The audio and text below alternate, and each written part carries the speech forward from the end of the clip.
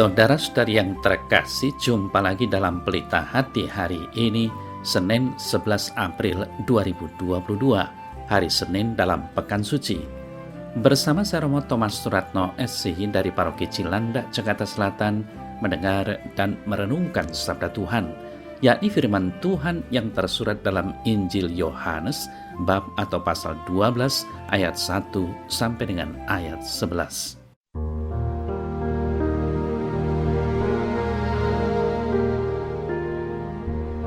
6 hari sebelum Paskah, Yesus datang ke Betania, tempat tinggal Lazarus yang dibangkitkan Yesus dari antara orang mati. Di situ diadakan perjamuan untuk dia dan Marta melayani, sedang salah seorang yang turut makan dengan Yesus adalah Lazarus. Maka Maria mengambil setengah kati minyak narwastu murni yang mahal harganya, lalu meminyaki kaki Yesus dan menyekanya dengan rambutnya, dan bau minyak semerbak di seluruh rumah itu.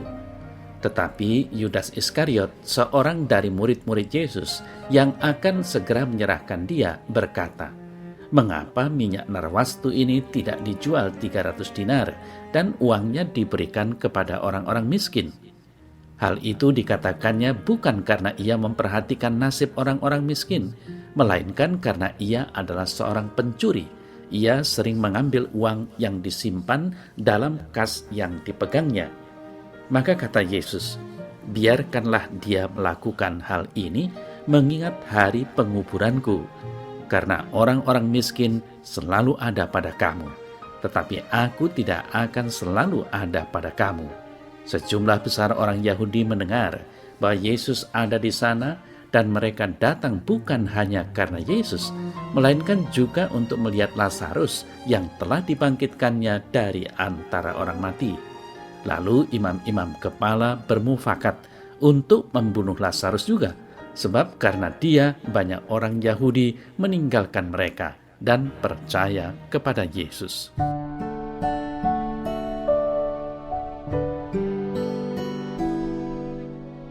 Saudara-saudari yang terkasih, kedekatan suatu persahabatan membuat seorang merasa kerasan berada di dekatnya.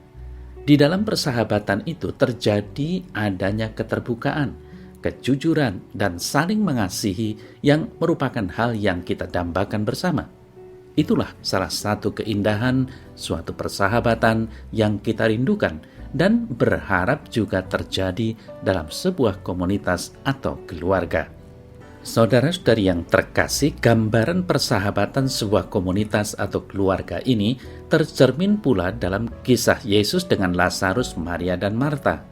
3 tokoh ini adalah teman yang dikasih Yesus. Jadi bisa dibayangkan bahwa kepada keluarga inilah Yesus sering berkunjung untuk beristirahat dan ngobrol. Dalam Injil, setidaknya dijumpai 3 kisah tentang Yesus dan keluarga di Betania ini. Pertama, tentang Lazarus yang dibangkitkan. Kedua, tentang Maria dan Marta.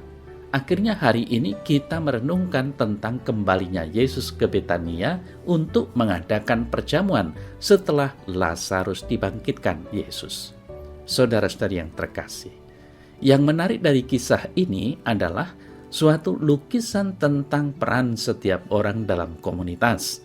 Lazarus digambarkan turut makan bersama Yesus tanpa sepatah kata pun keluar dari mulutnya. Maria meminyaki kaki Yesus, dan Marta sibuk melayani perjamuan.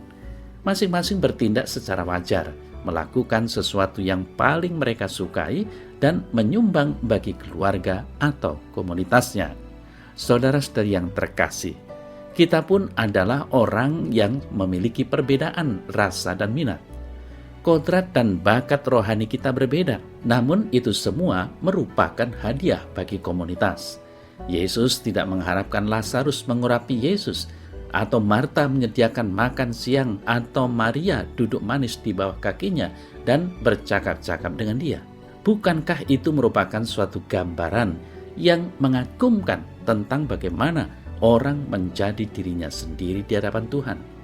Kita mesti menjadi diri kita sendiri dan bahagia dengan anugerah yang kita miliki. Saudara-saudari yang terkasih, Dalam sebuah peristiwa saat perjamuan seperti Injil hari ini, Maria meminyaki kaki Yesus dengan minyak narwastu murni yang mahal harganya.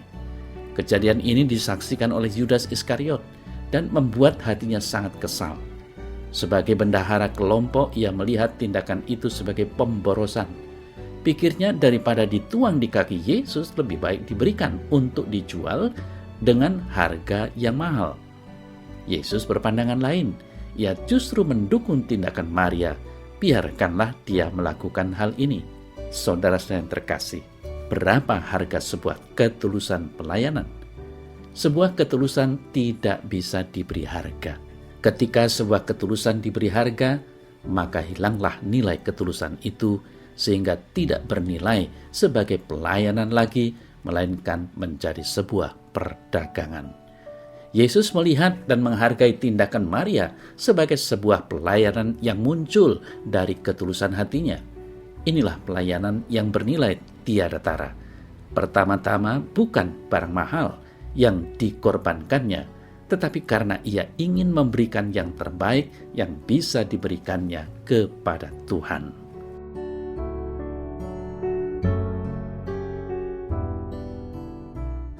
Dalam nama Bapa dan Putra dan Roh Kudus. Amin. Ya Tuhan Allah, semoga aku dapat menjadi diriku yang sejati di hadapan-Mu, dan juga berilah aku hati yang baik dan tulus dalam mengasihi-Mu dan sesama, seperti pelayanan yang dilakukan Maria. Amin. Semoga Allah yang Maha Kuasa memberkati saudara dalam nama Bapa dan Putra dan Roh Kudus. Amin.